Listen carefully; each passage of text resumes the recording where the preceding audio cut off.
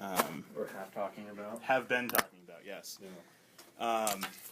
Specifically, I really want to know your take on horror games, because that seemed like something you were really passionate. Horror games, yes.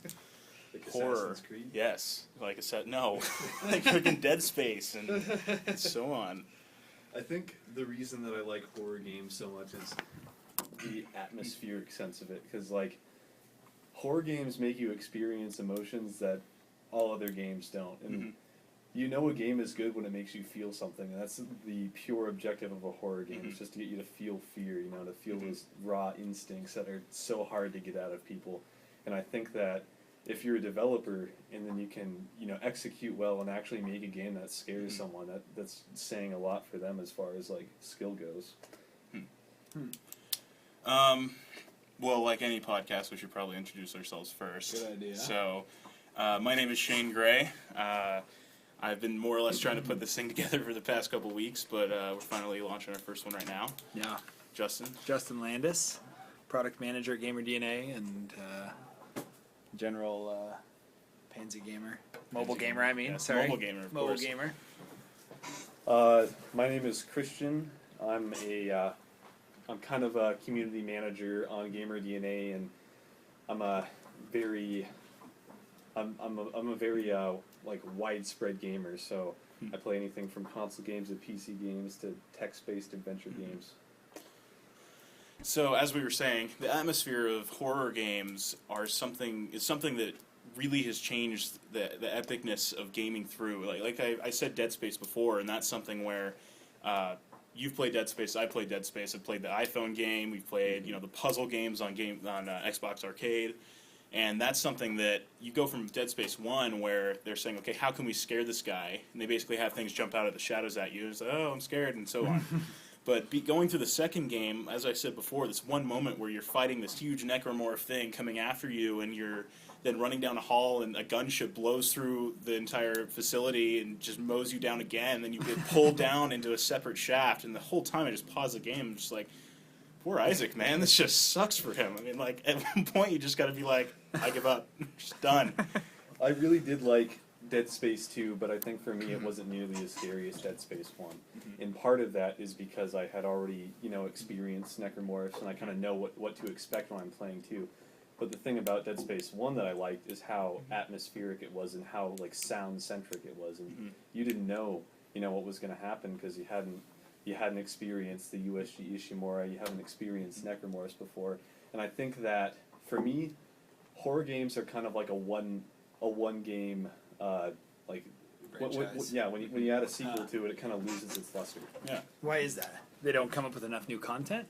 Yeah, and it's mainly because if they're basing the game in the same universe, they're rehashing a lot of stuff. So like, they add new enemies, but Yeah, but you don't have to rehash the same stuff, do you? In the same universe, theoretically? not necessarily. But If you're following a storyline. If you're following a storyline, typically there's going to be a lot of the same stuff incorporated into the next version. Yeah.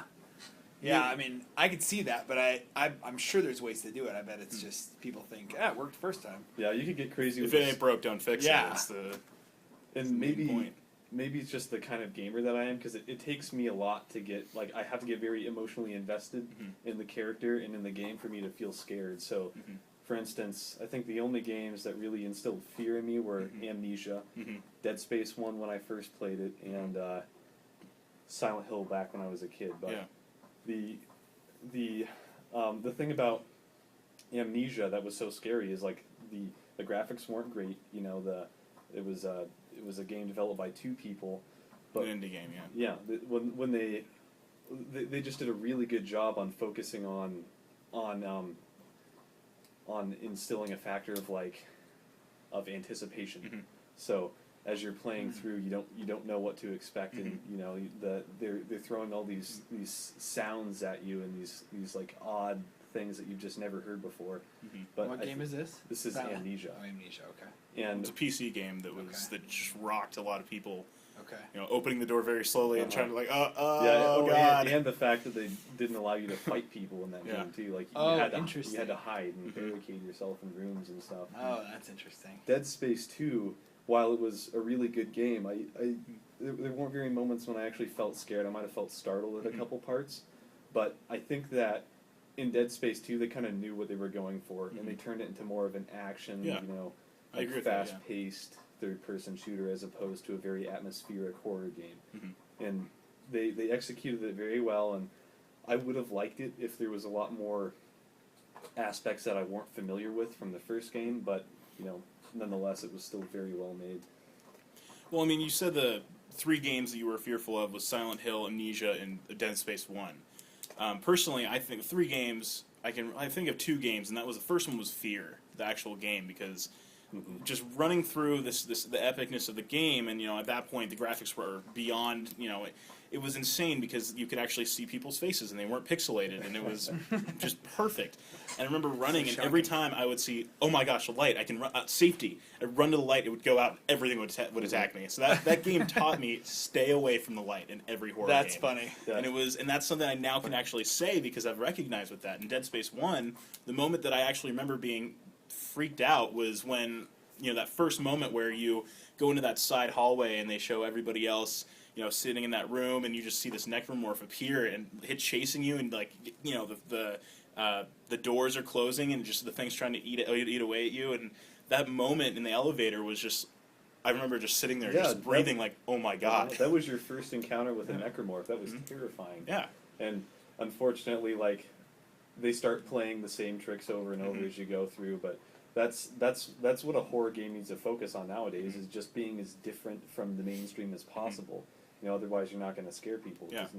People are know what to expect. Yeah, people are expecting people to be laying on the ground playing dead and then jump up and spook you. Well, what you just said, laying there playing dead, in Dead Space 1, they actually taught you, if you're sitting there, you can aim at the person, the necromorph on the ground, shoot it, and if it's alive, it'll jump up. If it's dead, it won't. Yeah. That was something that was established. In Resident Evil 6, that came out a couple weeks ago, I bought it and I played it, and I was like, okay, well, I wonder if this same mechanic works. I'd shoot the zombie at the edge of the... okay, it has to be dead, and I'd walk up and it would attack me. And it's like, that doesn't... That's complete... I remember it's inconsistent. After playing Dead Space 1, that's funny. Every single time I play a horror game, I always shoot something on the ground to make sure it's dead. Absolutely. But like you said, Dead Space 2 turned into action. In the first 20 seconds of the game, you watch somebody in front of your eyes turn into a necromorph. That was just like, that is the tone of the game. Set in the first 20 seconds. And honestly, that was an outstanding job for them. Shocked by action. Absolutely. Yeah. It was outstanding on so many fronts. But, horror has been a very specific genre that's been reached out. But more specifically, Justin, have you played Infinity Blade at all? Have you really? The one iOS game that has captured people's emotions. I should amend and say I'm not only a mobile gamer, I'm mostly a casual gamer. Okay. Where I can play something at a couple minute stint at a time. Okay. 2 kids, blah, blah. I myself have played It's not Infinity big enough Blade, priority at the moment. and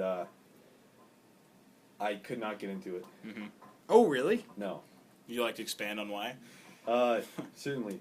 Well, for me, I think I wanted to be a mobile gamer at some point when I first bought my iPhone, so I would spend all this money on these cool games.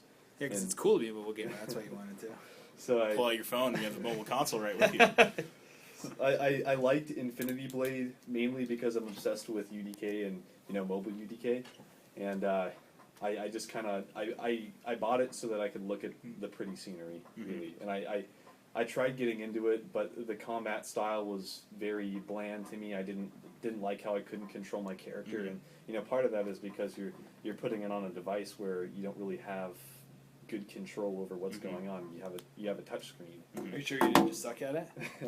Well, I think I sucked at it too, but I remember I got through the beginning in the first 5 minutes, and then I was like it made you start again. So I guess I just don't understand the concept of the game. I was supposed to play it for 5 minutes, be done, and then play it again, but with better gear. Excuse me. That's the point of the game. The first Infinity Blade was really good because they said, listen, you're playing on a phone. How much do you really want from us? They didn't put it in English. They put it in some foreign language. Exactly. That's how they were. They said, we have a game. We gave you awesome graphics. If we push it any further, it's gonna drain faster than you can charge it. And it got to the point where I played through the first time. You died. You go through the second time all the way through. You die again. and it's hard to defeat that actual boss. Is And once there- you do, there's no end game. It's just you keep playing it over and over But and yeah, over. like It's a the game thing treadmill. that Exactly, bugged me yeah. was that I beat the boss and I was going through the same thing, and there just wasn't more for me because I didn't like Diablo 3 for the exact same reason, because when I played Diablo 3, I feel like the only reason I'm playing it is to get gear, other than to like enjoy the story. Yeah. I just can't be. I'm not a grind gamer. I don't like to play things just so I can have better stuff to do the same thing. Yeah. Well, see, then we'll go to Infinity Blade 2, because Infinity Blade 2, have you played that? I have. Okay, Infinity Blade 2 was actually outstanding in a lot of ways. They put English in because everybody in the U.S. loved the game. What are they? Chair? A lot of people speak that too. Yes, a lot of people do actually speak the language of English, yes.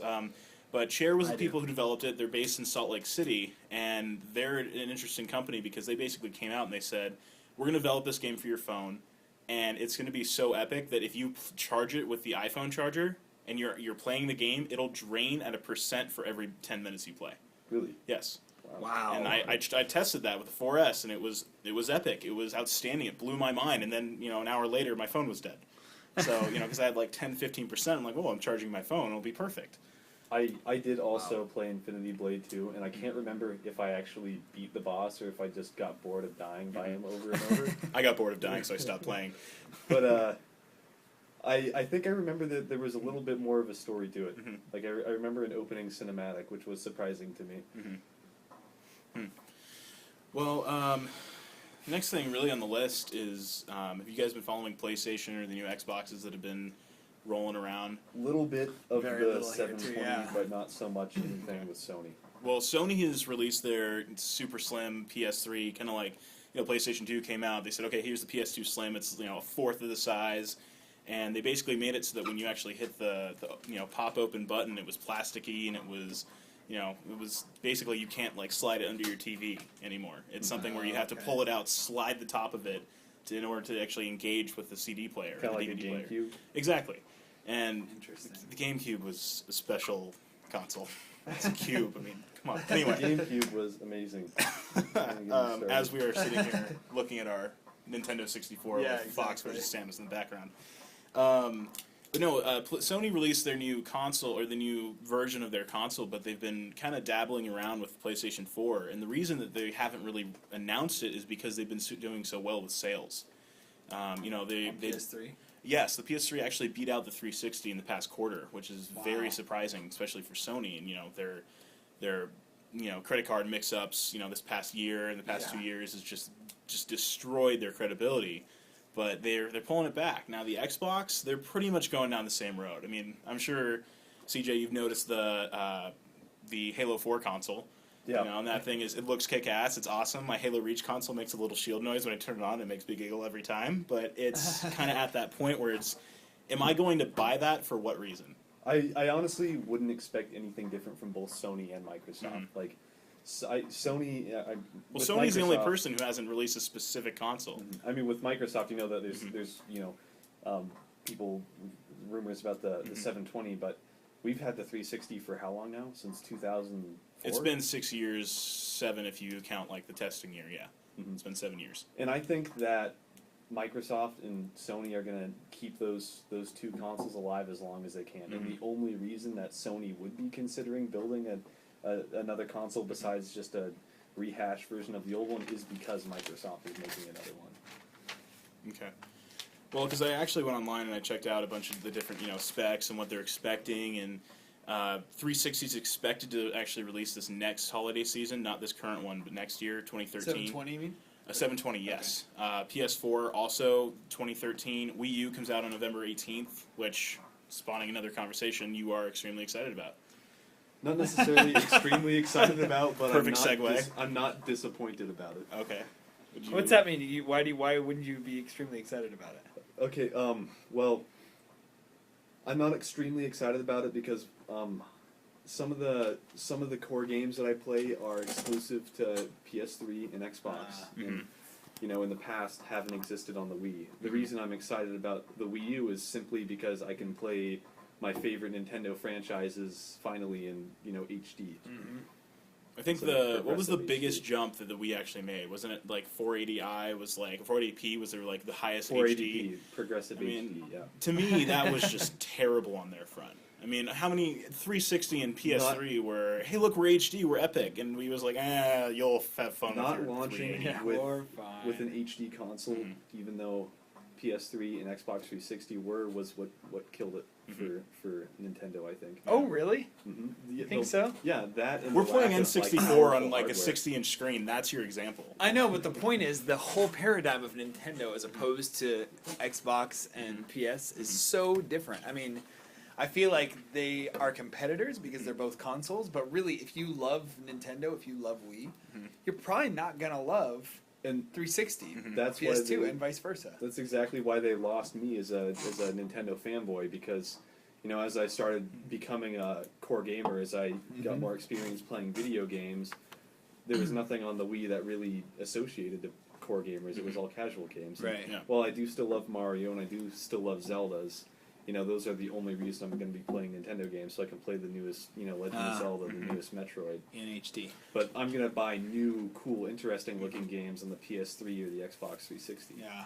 Well, I mean, you just said you love Mario and Zelda and all, and for me personally, I try to think back to how many Metroid games I played, and all of them were on my Game Boy or DS or whatever that was. It was always a handheld system because I playing the Wii and like moving my hand around is just like it gets tiring for me. It is tiring. I'm not going to sit there and wave my hand and play tennis like I'm going to flick my wrist like the rest of America.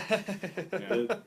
The thing about like Wii games like Skyward Sword is it was annoying as hell having to swing my arm around to like do some of the stuff, but like Skyward Sword implemented things that I wish I had seen in Wii games when the Wii launched. Yeah. Like they Well, I had, played Skyward Sword, and I agree with that. Skyward Sword had a lot of cool physics stuff. You could, you know, like cut trees in the same direction that you're, you know, that you're swinging the sword. Diagonal actually cuts them diagonally. Like when Twilight Princess came out, like I just did the wrist flicking, you know, to swing your sword. But now, like it was actually kind of fun to do the full motion, and I just wish that they did more to implement those features in, you know, the original like Wii U launch titles. Yeah.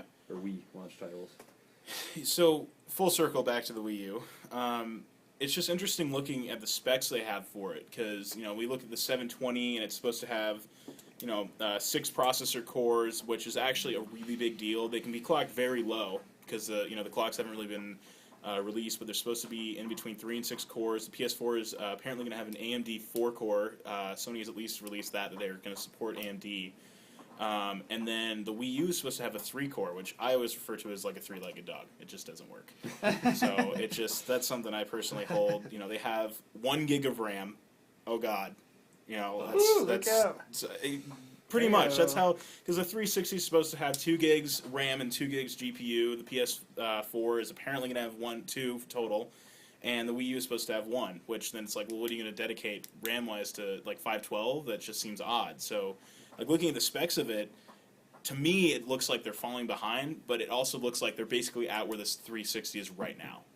And that's something that right now I'm happy that I'm going to be able to play Metroid or whatever the heck is going to be on my Wii U in my hands, but actually getting me to buy the console is the first step, and they haven't really reached me there. I'll tell you this: I'm probably going to buy the console, but I'm probably only going to buy 2 or 3 games throughout the entire lifespan of it. Really? I will also buy a 720 and probably buy a total of 40 games by the time I'm done with it. Yeah.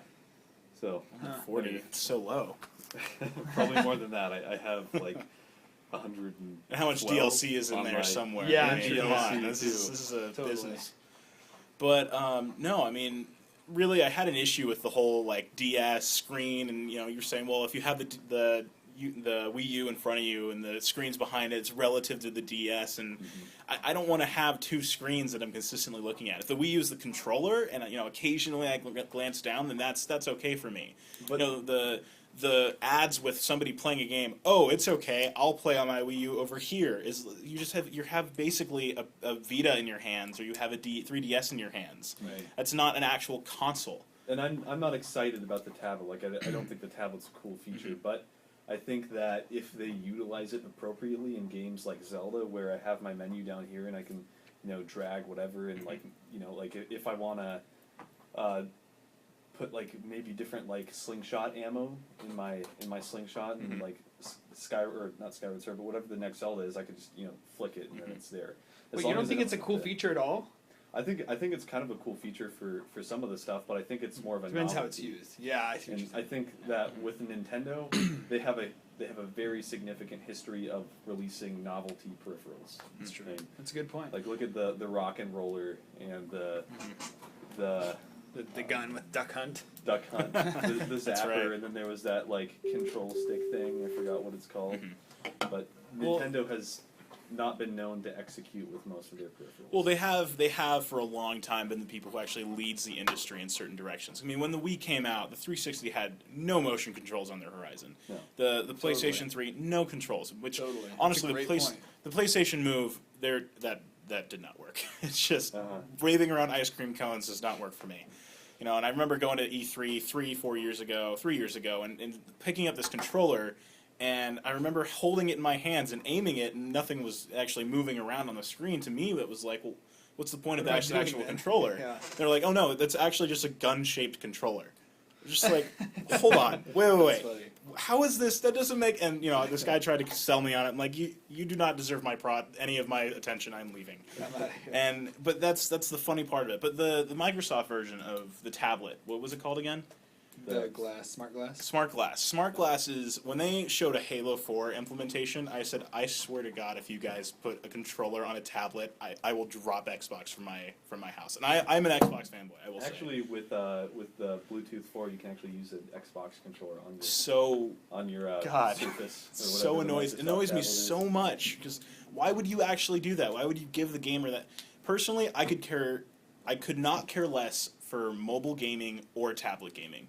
Not in the sense that a tablet game, if I can play Infinity Blade, yeah, because it's a dedicated game. But otherwise, Why do you say that? I say that because the games are substandard. I'm not insulting the games on the tablet. I'm insulting the game that is using the tablet for the TV. Interesting. Yeah. Even as a secondary input. Yeah, I just like sitting there, like he just said, you can actually hold your 360 controller in your hands with an iPad. Right. How many times have I had an iPad and I'm holding it and I'm just like, I have to work to get to the center of the screen. That doesn't work for me. I have big hands, and I am somebody who has to work around the iPad's consistent box, and that's something I'm not going to partake in that. Now, like you play, so mobile gaming. I've heard you say that when your fingers are in the way of what you're actually trying to see, it is annoying. It's totally annoying. And then iPhone or some developers for iPhone have released these tiny little clips that go on each side of your phone, and that adds a dial pad or something, which I think is perfect. I haven't actually bought them, but it's pretty epic. Yeah, but if you had contextual information, it wasn't your primary controller. Doesn't that change it? Like you were saying, if like you have all your supplies, all your weapons or whatever laid out on your tablet, you got your control and you can just hit over. I would love it. That's a third way to go to actually playing the game. I'd much rather it's start or Y or how it always has been. I'm not going to be saying I am only going to see this. I'm only going to play my own game. It's just like give me a way. Like the Wii, they implemented that. Hey, we'll give you a screen in the center, and they still kept the controls on the side. Yeah. So my fingers aren't in the way of what I'm playing. So but like for example, Madden. Yeah. Madden's a perfect example. You're not holding a gun. You're not strategizing your military to go certain ways. This is a sports game where if you are using your fingers to tell them where to go, yeah, that's brilliant. That's perfect. Right. But it only works for certain games. Totally. Absolutely. So there are levels to how far people will go with it, but I think that as long as I think that there's a way that any game could be implemented in using that kind of feature and do it well. It's you just can't overemphasize the tablet. You can't make it a requirement of your game. It has to be helpful. You can't be looking at that screen all the time. But like I was saying, if I use it to select items in my inventory, I would love to have that there because it's quick and snappy. I don't have to hit start, scroll through my menu, and pick something. I click on a picture and I'm done. Yeah, and to the extent that they're using it as a novelty, it's worthless. But if if there's a good application for it, that's different. Okay, well, how many times have you guys used this Kinect in this office? Agree. Handful. A handful of times. I've been here for 2 months and I haven't seen you guys actually use it. We haven't had a working 360 since you've been. That is a good point. Personally, I have a Kinect at home. I had a Kinect at home. It's in a box somewhere. But there's the point right there. I would agree. It's a good point. I think it's standard. Yeah. I think for a family, it's perfect. I think the Kinect is a cool peripheral, and I use it a lot. But I do not use it to play Xbox games. I use it for motion capture on my computer. And That just shows that motion control was not exactly the right direction to head, even though people were following a standard that Nintendo had set, wasn't necessarily the right direction. Well, I mean, this really goes back to the original topic of motion controls and tablets. And for motion control, the Kinect by far beats all of them. Because, I mean, think about it. If you can stand there like this... It generates a 3D model of you. Exactly. Yeah. That's depth perception. Have you guys seen the leaks about the Kinect 2 or what supposedly the Kinect 2 is supposed to actually have? I think I saw some pictures at some point. What the leaks have been, now I by no standard accept this is what's going to happen, but a leak has come out with Microsoft's, heading on this entire document with basically you having 3D glasses on, and you're basically standing there, and to my left there are 3 other people sitting at this table right now that are 3D rendered. And it's the point where I can, go over and pull up my gun or my fingers and just shoot them, and they will actually that'll count as a kill point towards my score in the game. And that's something that I look at. I'm like, if that is the next step, they are exactly where we want them to be. Now, when the glasses are gone, my God, it's been realized. But that's the leak for the Kinect 2. And the reason I'm kind of focusing around the Kinect is because, as I said, PlayStation Move kind of stumbled a lot. And the Wii has been pretty good. I mean, they've been alive for the past couple of years, so... the console wars between motion gaming has kind of been dropped from my peripheral. I'm not going to go out and buy the Kinect 2 unless it's a part of a bundle. And I mean, have you ever played Mass Effect and said like Liara use and actually use those vocal controls? No, but in Skyrim, I love the hell out of the dragon shouts. Those were a blast. Your neighbor must have loved that. Screaming Foster Ra or whatever through the walls. Yeah, and that was a cool implementation because you could say the spells and they would translate it and then, have an effect in the game, and it was also very useful because I could do things like quick save and quick load, which is something you always do in Skyrim. But now I don't have to hit start, navigate, pick a save. I just say it. And Mass Effect, I think the only implementation of the Kinect they had was the voice commands. That was annoying. Half the time Liara wouldn't hear me, and if she did, she'd do something else. Well, that's because you have 7.2 surround sound, and that could have played a little bit of role in that. But the Kinect tuner hopefully would have worked. Yeah, that's right. Do you think there's an element, like you were saying, where the motion controls are more compelling for casual games? So, like, part of the reason why it was so hot with Wii is because all of a sudden you can play with your 4-year-old. Yeah. And you can play tennis. But if you're talking about core gaming, maybe motion controls are just not mature enough yet. I'll give you the perfect example. The Kinect has released multiple Disney and kid games, but you have to play them with your parent. The reason is, number one, they assume that the kid is too short for the table. Plus, they have a bunch of princesses that are dressed inappropriately, so parents have to cover it. Of course, that is. Can we swear on this, by the way? Yes, you may. Fucking Disney, man. Yes, fucking Disney, indeed. Jeez. But no, I mean that's the point. Is they actually in the back of the box, your kid can play this game, but in every single shot, they don't show the parent with them. But through the actual walkthrough, they say you must play with your parent. Right. And that comes up to how much time can the parent dedicate to it? Can the kid actually play as much as they want? But the other reason is because through the software, they can't scale down the human body to the point where a kid can do it, because a kid isn't as intricate as an adult male or female. Yeah. How much interaction does the kid have in these games? I'm assuming very little. This is the type of thing where the kid's flailing their arms and the dad's does the actual motion. Kind of takes the Wii out of running for babysitter too. That's almost like giving your kid a fake controller and then just playing him and telling him he's doing stuff that he's when you go to the arcade and the kid thinks he's playing on the driving game and it's just enter coins. Totally. Yeah. Always in the game I want to play. So kind of going on to the next topic. Have you guys focused at all? I mean, iPhone 5 or Galaxy 3, any of those ads or anything? A little bit with the iPhone 5. I haven't gotten my hands on one yet. I'm underwhelmed and just not. iPhone 5 has a higher resolution and you can fit more icons, I think. Are those the features? The features we now have a 4-inch screen and it's a little bit faster. Yeah. LTE. Let's focus on LTE. LTE is a really big jump for them. It is, but it's only compelling if you don't live in Sandpoint.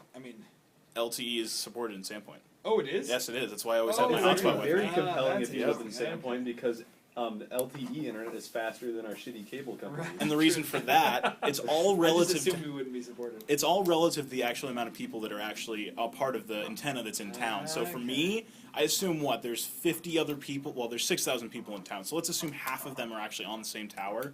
I still get 10 megabytes per second. That's awesome. mind-blowing.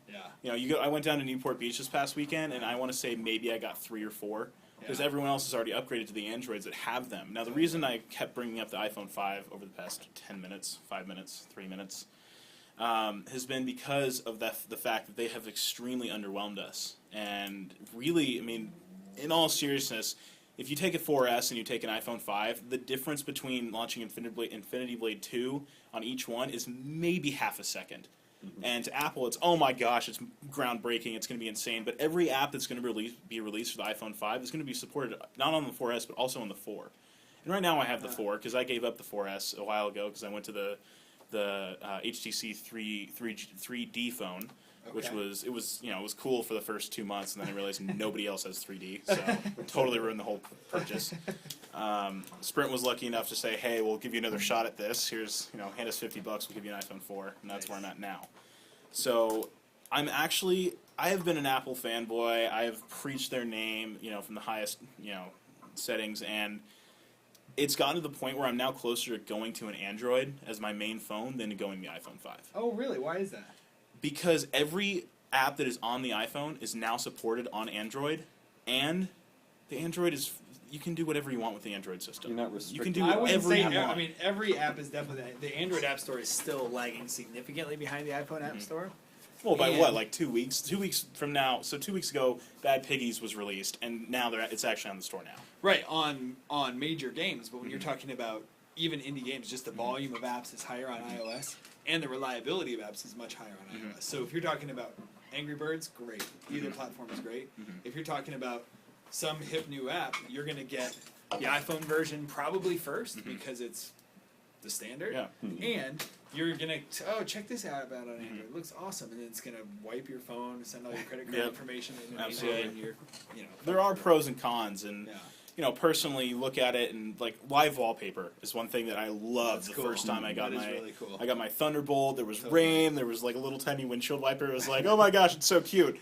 And then my battery died 20 minutes later because live wallpaper drains the hell out of your battery. It's a trade-off, yeah. If I can take the conversation into another tangent, Mhm. I actually I'll think allow it. that I'm going to make a move toward Microsoft. Really? And go the Windows. Windows phones, You okay. and Jeffrey. Yeah, You guys are. I bought an iPhone not because it was made by Apple, not because it looked cool, because I wanted to be a mobile gamer. I thought it was a cool idea. I tried playing mobile games, didn't work for me. Now I'm being a little bit more utilitarian about it, and I think that I'm really liking the way that Microsoft's going. I'm liking the direction, except for that like Glee commercial that they had.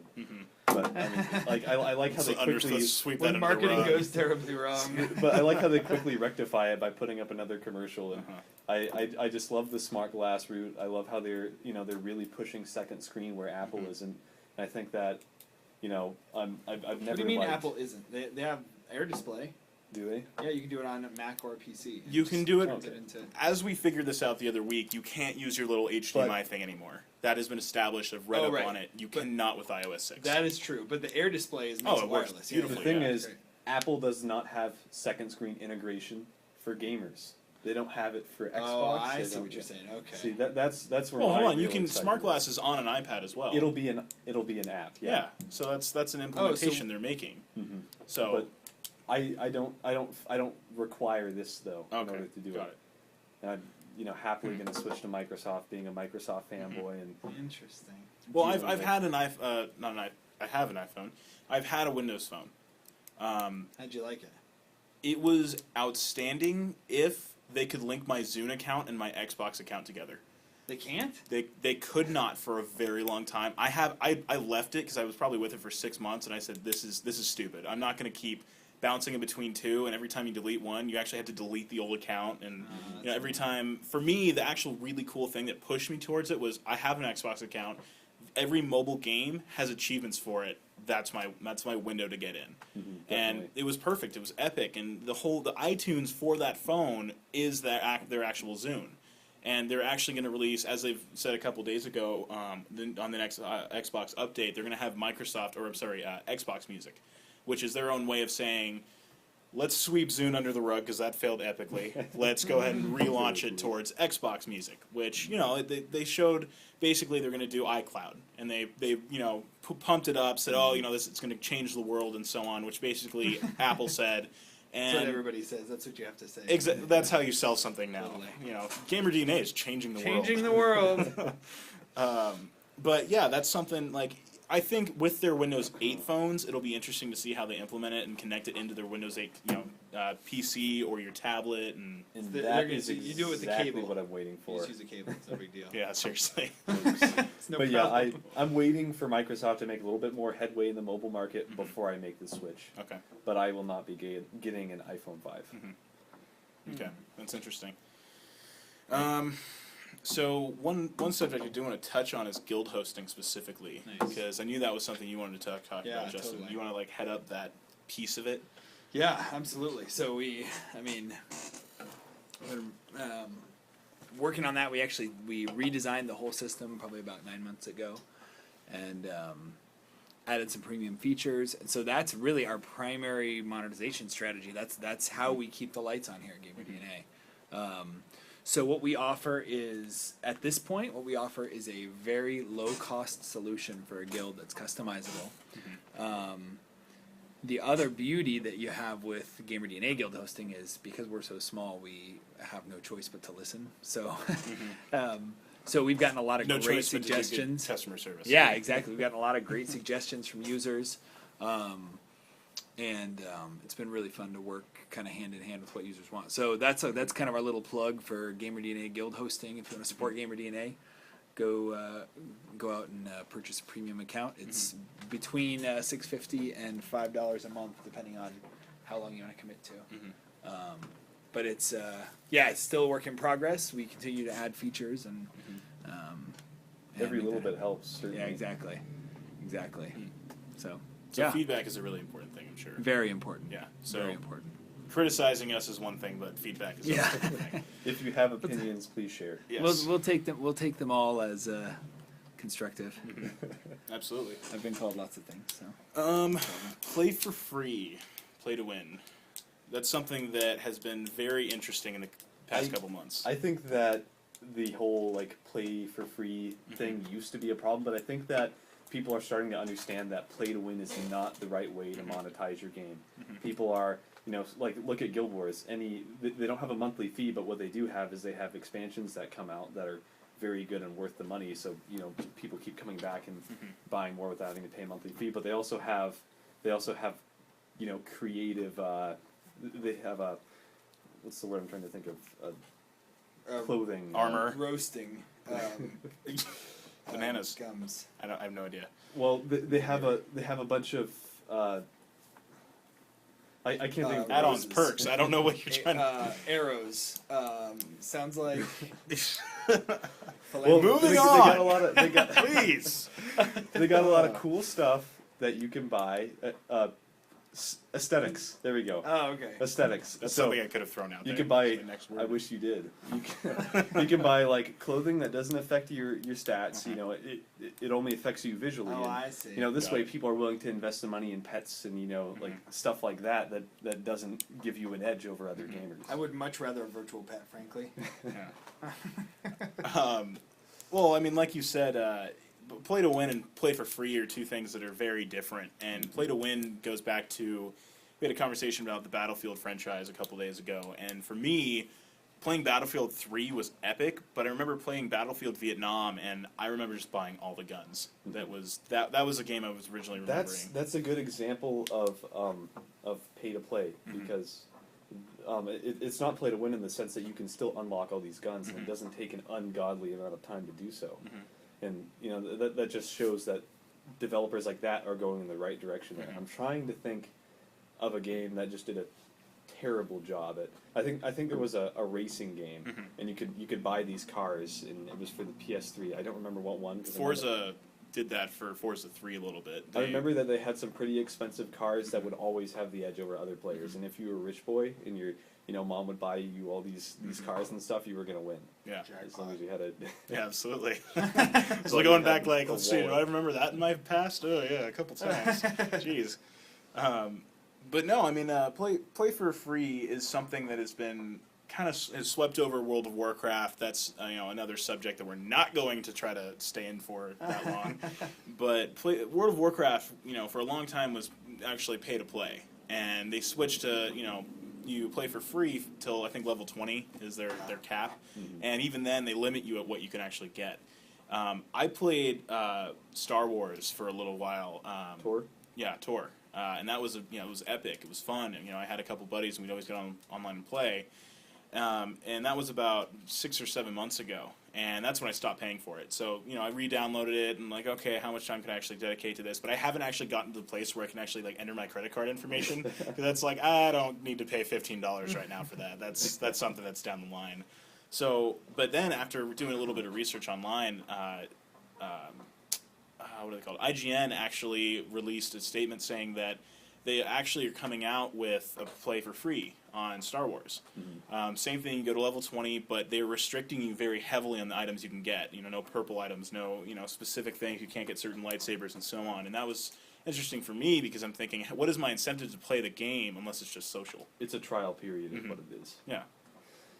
So I think my character is probably one's at 34, one's at 27. The one I just started was probably at level 8 or 9 right now, and that was just going through the motions, and that was a very interesting thing to touch on. But I did want to actually go back to the Battlefield conversation, because Battlefield to me has been a very interesting franchise. It's been pushing very hard in certain areas. We go back to let's talk about Battlefield 3. Battlefield 3 was just mind-blowing graphically for me.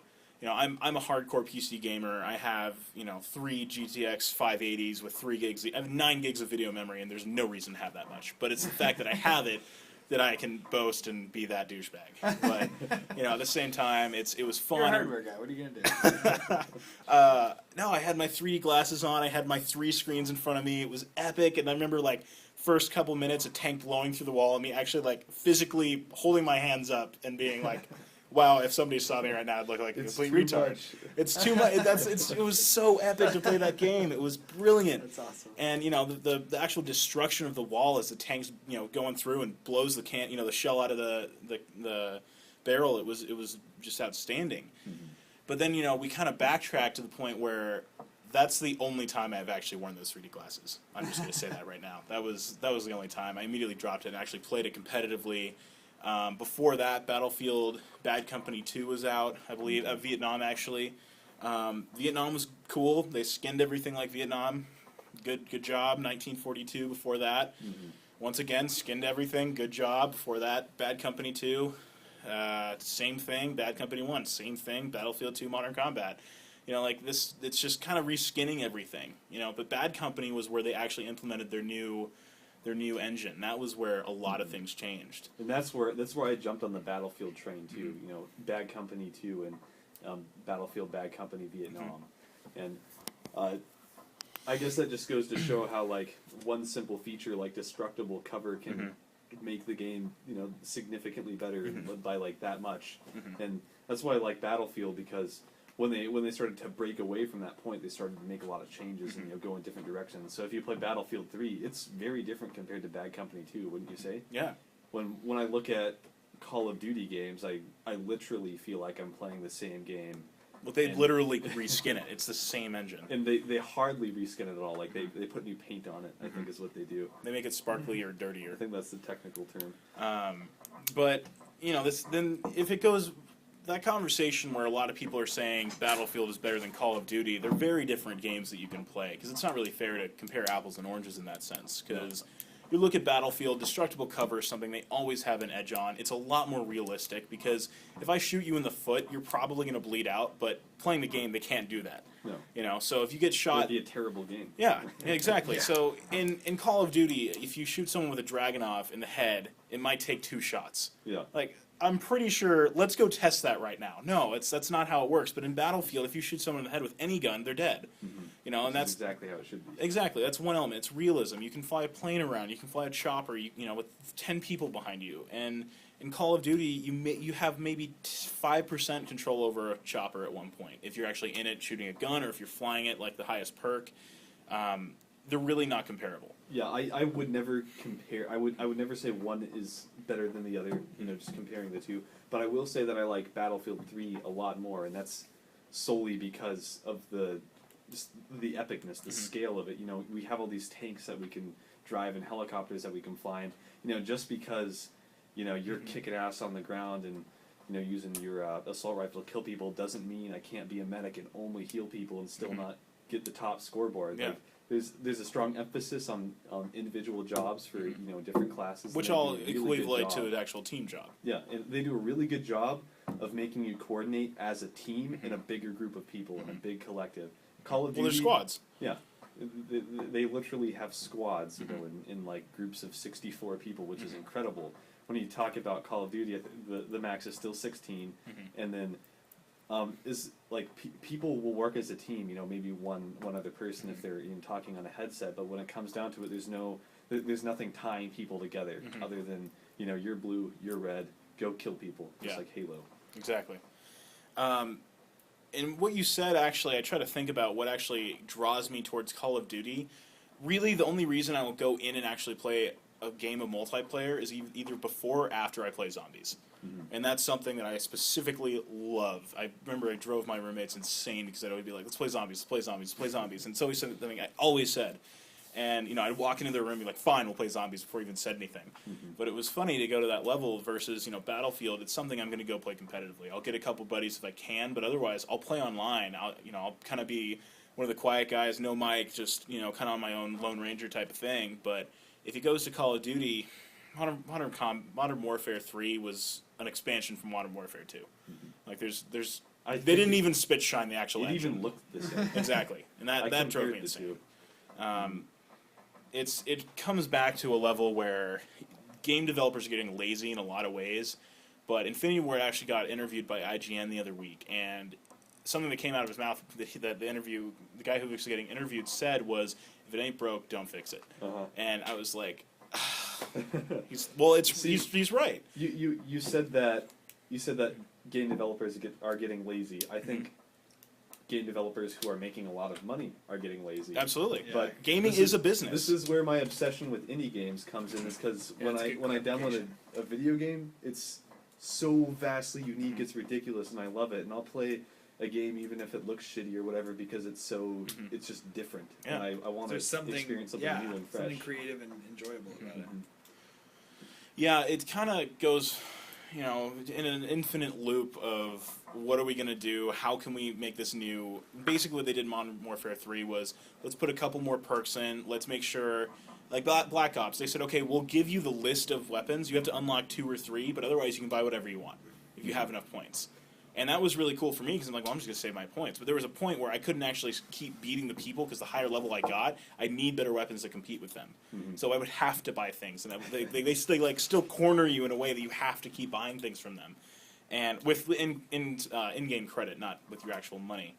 But they keep pushing you into a corner with that, which I think will be very interesting with Black Ops 2 and see if they will change that, if they'll change it to the point where... Because Black Ops 2 has the same engine. They're going to spit shine it. It looks a little bit better. But Call of Duty needs to get it through their mind to update their engine. Because Call of Duty 2 has been the same engine since then. And while the Treyarch Call of Duties are... It's essentially still the same game, it feels like. Like, I always get so much more stoked on the stories that Treyarch tell. Like, I'll play Call of Duty, but it's going to be the Treyarch games, and it's going to be solely for the story. Like, the connection between World at War and then Black Ops 1 and now Black Ops 2. I love how, like, there's a dynamic character from the old one, like Reznov in Black Ops, and now in Black Ops 2, it's what's his name, Mason? Yeah. Mason, he's the old guy. And they just tell like really great in-depth stories that span just like generations. And Call of Duty, the Modern Warfare series it's too constricted and well, they have the same characters in every one. You just have to actually pay attention. But they to don't their change. stories. They don't. It's like reading a book and it just keeps going. But when I play like a Treyarch game, I mean like Treyarch started in like World War II, and then it jumped to Vietnam, and now it's jumping to like Future. future. I just love how like vastly different they are from each other. Got it. Like World at War, Black Ops 1, Black Ops 2. Yeah. Modern Warfare 1, Modern Warfare 2, Modern Warfare 3, you know, it all takes place within probably a couple years of each other. Well, I agree with you in the sense that Treyarch has done a brilliant job at telling their story, but then, you know, I think back to Call of Duty 4 was really where they started the Modern Warfare type of thing. That's where they really started it. When your guy got blown up by the nuke that was, you know, relatively close to you and you die through radiation poisoning, it was like, well, that sucks. He was an American, man. He was in America. You know, like, all those thoughts ran through my mind. I'm like, wait, hold up. I'm from California. It's not my voice. You know, and then I played Modern Warfare 2, and that was, okay, we're expanding. Ooh, Snake. Oh, okay. And, like, you would get a little bit more invested, but then Modern Warfare 3 kind of put it all into perspective, like, well, now I don't care as much because, like, everybody dies, and I have no... It's like they have all the shock value, but they have no awe. You know, shock and awe. Like, when the nuke went off in Call of Duty 4 Modern Warfare, it was brilliant. It was crazy. That they've never done that before. And in Modern Warfare 2, they basically had the same thing. You're fighting in front of the White House. That was epic. And the third one, they're like, you're trying the same tricks over again. It's not really fun for me to jump into that. It got too action movie-y. And I liked how, like... In Black Ops 1, I remember there's this like moment. It was just super intense and super emotional when the Vietnamese capture you. And who's the other guy? Is that Mason? Or are you it's Mason. And I always get confused Soap on who is you're playing and who you're hanging out with the whole game. But like that moment when he makes you play Russian roulette with him, and that was just like so sick when he takes the gun and just mash that trigger until the bullet finally comes up on the Vietnamese guy, and then Mason, takes him out with his own knife, and it was just really sick. Yeah. I'll use this super non-existent segue to kind of go back towards Halo. Personally, I'm not going to pride myself in the fact that I've read almost every book, but I'm priding myself in the fact that I've read almost every book. I've read Onyx. Onyx was... So basically, it started off with The Fall of Reach, which, if you've read these books, if you haven't, there's a lot more story than just running down a hallway holding the right trigger and occasionally pulling the left one. There's an expansive universe. You start off with the guy, Master Chief's name is John, and that's something that is actually for the first time going to be said in Halo 4, and they have in the trailer, which was interesting. But for people who haven't really expanded into the story, it's getting to the point where it's okay. John, okay, we don't know his last name, whatever. John 117 is all they give you in the first couple chapters. He got taken when he was 7. It expands through his whole childhood, him being a teenager. He actually starts his journey as a Spartan really at the age of 16, I think. And the writing of the book was outstanding. They then go to the Flood, which is basically Halo 1 all the way through. Yeah. Delta Force, I think, was the third one. And that one was basically how, if you played Halo 1 on Legendary, it ends with Sergeant Johnson hugging an elite, and like the Pillar of Autumn exploding in the background, which was very funny because this is the cool Legendary bonus ending. Of course, it's it's always fun, and I always play the Legendary ending because I'm like, I will see that thing on my own time on my Xbox. But it gets to the point where in Delta Force they show you actually Sergeant Johnson survives. Like there's you, Master Chief, who's on the Longsword. Yes, I know that's the name of the ship that he was on, and and Sergeant Johnson, who's on a Pelican, and with like 5 other Marines, and that was like, that's very interesting that like out of the entire Halo, 2 ships survive, and they go through his story and how the Flood attacked him and how he survived through it because of like an explosion from plasma grenades, and they write this elegantly out, and from there they went to the Ghost of Onyx, and a couple other books, Cryptum, which was about the Forerunners, and they had another book from Cryptum, which I'm in through like the 3rd chapter, and the one that actually they had a Sergeant Johnson book, which I read, and one other one that had a secondary group of Spartans that was exclusively away from the group of Spartans that were trained. Because there was a Spartan Project 1 that failed, the Spartan Project 2 that is what Master Chief is, and the Spartan 3s, which is what Halo Reach is. And a lot of people have been expanding on the story of it, so bringing the epicness back down to this conversation, my question is more so, you said you were exclusively thought that it should end with Bungie, and my counter to that was, it's a business. I did not say that it should end with Bungie, but I said I wish it would. I think that's a very different statement. I don't remember hearing wish. From a business perspective, it's good, because Microsoft's going to rake in more dough, because it's Halo, Master Chief, grunts, and plasma grenades. But Yeah, I don't even care about Halo anymore, honestly. Like, I think it's a cool new addition, but I'm starting to not have that emotional tie that I used to, and that's because my tie was with Bungie. It wasn't with their franchise. I'm super stoked to see what Bungie has coming out because I know that they're finally going independent. You know, they can make a new franchise, and they can just completely shake up the industry just like they did with Halo 1. Well, because originally they were independent. They were licensed through Microsoft through Halo 1. When Halo 2 came out, Microsoft bought Bungie.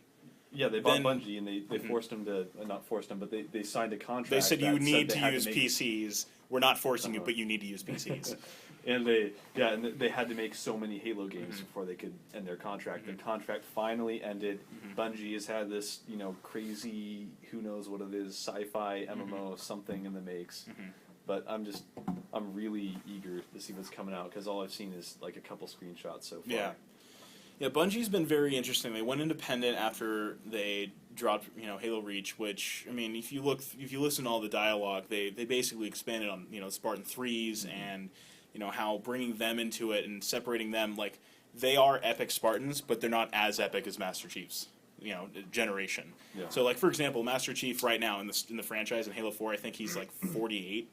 Like, you gotta realize in a lot of ways, like, he's a super soldier, but he's been a super soldier for 30 years. He's like Sam Fisher. Yeah, exactly. He's like, they get old. Like, it doesn't just, you can't go back in time. And honestly, it scares me, but I think they're actually probably going to do a, like, behind enemy lines, way back when type of Master Chief thing. And that scares me in a lot of ways. Because like flashbacks? Exactly. That's something, I mean, like, the Halo 4 was, in every trailer, Cortana's freaking out. In every trailer. Yeah. And personally, if you listen to the background of the producers of it, they're saying you're not the hero in this story, which to me was like, who else is in this story then? So through Ghosts of Onyx, you meet Kurt, one of the other Spartans that Master Chief briefly knew. He's a part of the 38 guys that were part of his, the Spartans, and his air tank explodes and gets jettisoned out to space. He gets recovered at some point and is turned into basically a higher rank than Master Chief. I'm reading this and like, oh my god, what if they meet? And freaking out. And it gets to the point where his story ends exactly. Oh my god, so many things happening. But it gets to the point where you think, okay, well, are they going to add another Spartan to this? Is this going to be there's Kelly, Linda, and all these other names of Spartans that are left, but. I mean, there's a lot of expanse that they could do with this. I think that Reach opened up the potential for someone else's story to be told. I think that Master If the rookie hadn't died, then yeah. Yeah. So sorry. Well, he didn't see his body. His helmet was down. There's a bunch of stuff there. He died. He got stabbed through a chest with an energy sword. That was just bad. Lived. But no, I mean, Halo Reach, the end of it. Did you ever play to the end and kind of like last second hold to the heart? I remember I bought the game the first night it came out. I got the Halo Reach console, and I beat it on Legendary in one sitting, and I got to the end, and like at first I was like almost depressed, like it was terrible. Like the entire team dies throughout the course of the story, and then your character dies. Yeah. And, like the last thing is you're fighting all these elites, and there's no way to win. You just fight until you can't fight anymore, and then when you die, that's the end of the game. But that was the epicness of it. That was the point. Every single Halo, you walk out like nothing happened. The narration goes on, and it makes you feel better. Like it's like they set the stage, and then they prevented all this bad stuff from happening. The Pillar of Autumn goes out, and Master Chief is going. You kind of felt good. But I'm asking, did you at any point see the Master Chief in the game? I did. You did. I saw him in the capsule thing. The Pillar of Autumn. Making sure. That was a big moment for me because I saw it and I was like, oh my god. I think there was one weird thing though, because I read the book Fall of Reach, and I remember that the Pillar of Autumn was always it was never dry docked. It was always up in space. And for it's interesting you remember that. Yeah. Well, I mean, think about it. How many people are going to go fan canon? I just say it's fan canon or whatever. Yeah. A lot of developers and producers and writers have been working with each other because anybody can go online and write an epic about Halo and your own fan fiction. Everyone else jumps on you and you're cast into the depths of hell and so on. But it's like the ship was in space instead of like on the planet. That's heresy. Yeah. Like, why would you do that? Well, I mean, that does make sense. At one point in its lifetime, it was docked. I'm not saying that it was like down there and made the straight jump to Halo, but there could have been a time in between them fighting because through the book, they did jump between chapters. There were gaps in time, and somehow they could actually. I mean, they wouldn't have actually put that in the game if that was because these guys do realize that everybody would have jumped on them if something had happened. I'm sure at some point in the book, if we go back, we can find a 2-hour period where the ship could have docked and then flown away. But this is the craziness of our current gaming franchise. But this all was, back to the whole Halo 4, is he going to be the hero? Apparently not. There's a new race coming in. Apparently, what I was really confused about was the fact that they actually had the Covenant down there, and I thought there was some kind of peace treaty made between them. I know, I found the explanation. Mm-hmm. So, they're on this planet, right? It's completely disconnected from the war that's going on, so the Covenant there have no idea that the Covenant broke up. So they're still... Like, that story That's of convenient. The old Vietnamese soldier who, had been on this island since World War II? It's like the same scenario. And also, I think I don't know if the Marines coming in do know of the treaty. They probably do because they're out hunting for Master Chief or something, right? Well, originally, they were going to find him, and then, a giant blue sun appears, and they fall to the... I don't know. Just some fan fiction thing somewhere in there, but yes. But yeah, I don't know if... They said that there are Covenant on this planet who don't know of the peace treaty, so they're still fighting just for the sake of fighting elites, or if it's actually an interesting story direction. But we will see when it comes out. Yeah. Well, this basically everything has been based around new consoles and shooter games. But have there been any other? I mean, you briefly talked about racing, which is there are other genres than just holding a gun and shooting something. It comes down to how much time can you dedicate to playing a soccer game, which I think is absurd because this is America. We don't play soccer. There's Madden, there's Forza, there's Need for Speed, which thank God they're coming out with another game that they announced 2 weeks ago, and and so on. So is there anything else you guys have played that you really want to touch on? Because otherwise, it's kind of usually I'm paying attention to the indie game sphere, pretty substantially, and looking at interesting things, but for me it's never really I'm not really too stoked about a specific genre, so I get really excited about some puzzle games that come out. I get excited about FPSs, and I get excited about whatever any genre really, but what I'm really excited about the potential of is second screen with tablets in the Xbox. I want to see some really kick-ass tabletop Dungeons and Dragons or something remake where I can play D&D with my buddies, over Xbox Live or something on our tablets. That'd be very interesting. Yeah, the potential of that, it just gets me really excited. There are 3 other games that actually just came to mind. Borderlands 2. Have you played that? I played Borderlands 1 from start to finish, but no, not 2. Okay. Haven't got my hands on it yet. Borderlands 2 has been very interesting in the sense that when you're playing the game, you're basically in between each other. So should we tie it all together? Yeah, let's go ahead and end this epicness. Peace, love. Yeah, we've been going for probably 45 minutes, but we've touched on a lot of different... for an hour and a half. Yeah. Almost. Oh, really? Yeah. Shit, man. It's 4:20. Time flies. 4:20. Oh, I gotta get out of here. 4:22. Too late. 4:22. You missed it. Oh.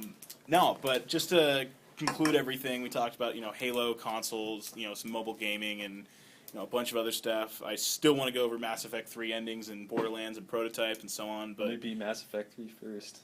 Yeah, that's right. Oh my God, finish it. I hope you prioritize on BO2. So lastly, I guess we're going to try to do this every week at least. To try to... Yeah. There is Go on. a game that I'm stoked for that just came out. It's What? the Half-Life 1 remake. Oh, really? Yeah. It's sweet. It's awesome. I haven't played through any of them. Played through Half-Life 2 maybe 3/4 of the way through. Got a Half-Life headache 1 and was one of the greatest FPSs ever made. And then a bunch of modders got together, just a community of modders, Yeah. and they reskinned the whole thing, and they did That's it in cool. the Source Engine, whatever Valve's. Yeah, I'm not Source Engine. Yeah, and it just looks amazing. It kind of reminded me of the Halo 1 remake, but better. That's cool. The last I've heard about a game being remade was someone totally redesigned SWAT 4 in Sierra, which I don't think they're around anymore. Did you say Directed to SWAT? SWAT 4. don't think I've played that. I haven't either. Oh, it's like 7 to 8 years old now. And the original game vendor was like Sierra, GameSpy hosted the servers, and Mad Dog. And one of those, it was either Sierra or Mad Dog threatened to sue them because they had it up for free. And I mean, like, That's a bummer. everything was redesigned. New character skins, new maps, new textures, new guns. It was like so realistic compared to SWAT 4. So go download SWAT 4. I'm More of the story. disappointed. What I'm disappointed of is Valve not taking those modders on board. Like, the It's a business, man. You got to sue where you no, can but sue. Valve, It's America. Valve, like, anytime someone does something cool, like they go to like they go to colleges and like job fairs and stuff, and they see people's work, and they go on the spot. You're hired. That's a cool game. You're hired. That's a cool game. You know, you started making this mod in our game. You're hired. Go, you know, Go help finish it us. and make it an official. Yeah. Whatever. But they just kind of left these guys sitting there, which is a little bit odd and quiet for Valve. Well, anyway, I know you guys have to leave, but thanks for at least finally getting this thing done. Thank you too, dude. Yeah. Yeah, no problem. Right on. And go to gamerdna.com. Sign up. Guild hosting. It's Gamer DNA. Do it. Shut the fuck up, Harris.